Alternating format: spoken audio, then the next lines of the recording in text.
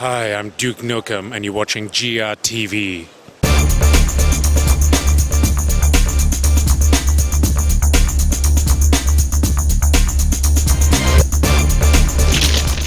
All those of a nervous disposition must look away now. So, G is back. G is back, yes. This is a prequel to the other House of the Dead games. He's come with his detective buddy, Detective Washington, to investigate the goings-on in Bayou City. Must be a huge honor to get your hands on a big franchise like House of the Dead and make your own take on it. It's been absolutely brilliant. I mean, when we sort of first started talking to Sega about this, we were over the moon. And then when we found out we were going to be able to do what we've been able to do with the franchise, we're even happier. We've really had a lot of support from Sega, and as you can see, they've given us the freedom to really sort of go to town and get a completely new look and design to the game. Can you tell us a little bit how the Grindhouse theme is changing the game and the experience for the player? Yeah, so we took our inspiration for the look and feel of the game from the Grindhouse movies of the 60s and 70s. So that kind of exploitation, kind of shock horror, over-the-top effects, over-the-top kind of, sort of action and so on, lots of shooting, lots of blood.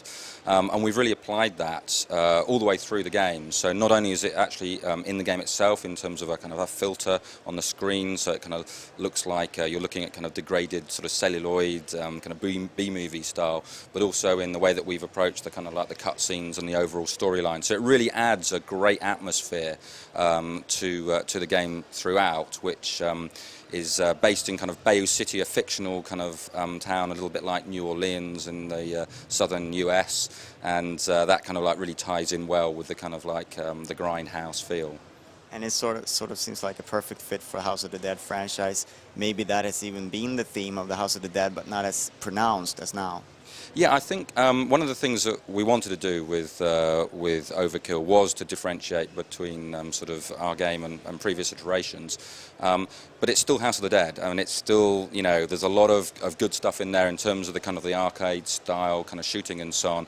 But actually also the kind of slightly dodgy voice acting, slightly strange sense of humour, kind of quite tongue-in-cheek style, and we've managed to keep all of that in Overkill. Revenge and bodily fluid.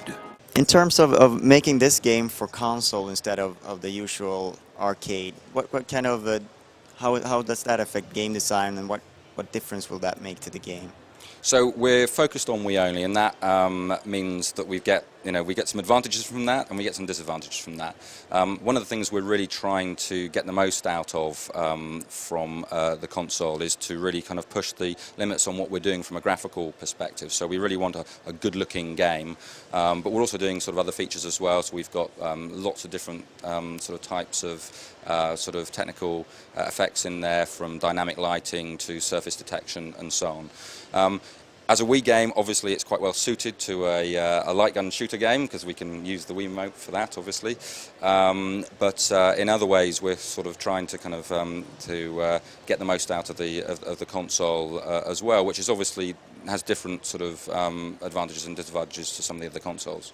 I could imagine that the game needs to be a little bit longer than the typical arcade experience. Yeah, absolutely. So your typical kind of shooter game in the arcade has probably got a playthrough time of about 20 to 25 minutes, and obviously that wouldn't be any good to do a game of that length for a console version. So yes, we're going to have an extended kind of like playthrough time, and we're going to have different modes in the game as well, which will help replay value and the amount of time that the player has actually engaged with the game. Unfortunately, at this point, I can't say too much about that. We're basically going to be talking more in the coming months about sort of what those other modes are and what other things we have in the game. We have two-player drop-in, drop-out co-op all the way through the story mode. So, yep, you can play with a friend. That's when it's more fun. And one of the things actually which is interesting about the kind of main feature that we've put in from a kind of like targeting perspective, which we call Wii View, which allows you to look off the kind of like normal camera sort of perspective, is that when you're playing with another player, you have to cooperate to where you're looking, because you can actually sort of conflict with one another. And the idea is therefore that it's proper cooperative. You're actually having to sort of play with these, your friend, rather than just basically be two people on the screen at the same time.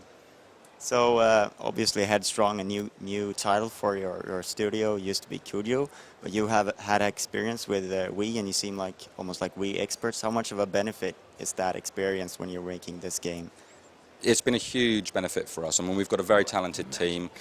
We've worked on, as you say, a number of titles before. We've just finished Battalion Wars 2, and that really has come to fruition with House of the Dead in terms of the experience that those guys have got of really squeezing the most out of the Wii. And I think that we even surprised ourselves in some ways about what we've been able to do, both from a kind of graphical quality, but also the number of features that we've been able to include in the game.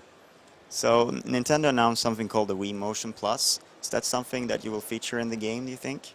We're not going to directly support the Wii Motion Plus. That's partly down to the fact that it's only really just been announced, so it will be very late in the development process to actually sort of implement support for that. But also because it will change the nature of the accuracy so much that it would require probably quite a different game, and we're very happy with what we've got currently, and actually it plays very well to the kind of like the Wii controls that we already have. The House of the Dead. Overkill. Enjoy a bite at Papa Caesar's drive-thru, just 500 meters from this auditorium on the left.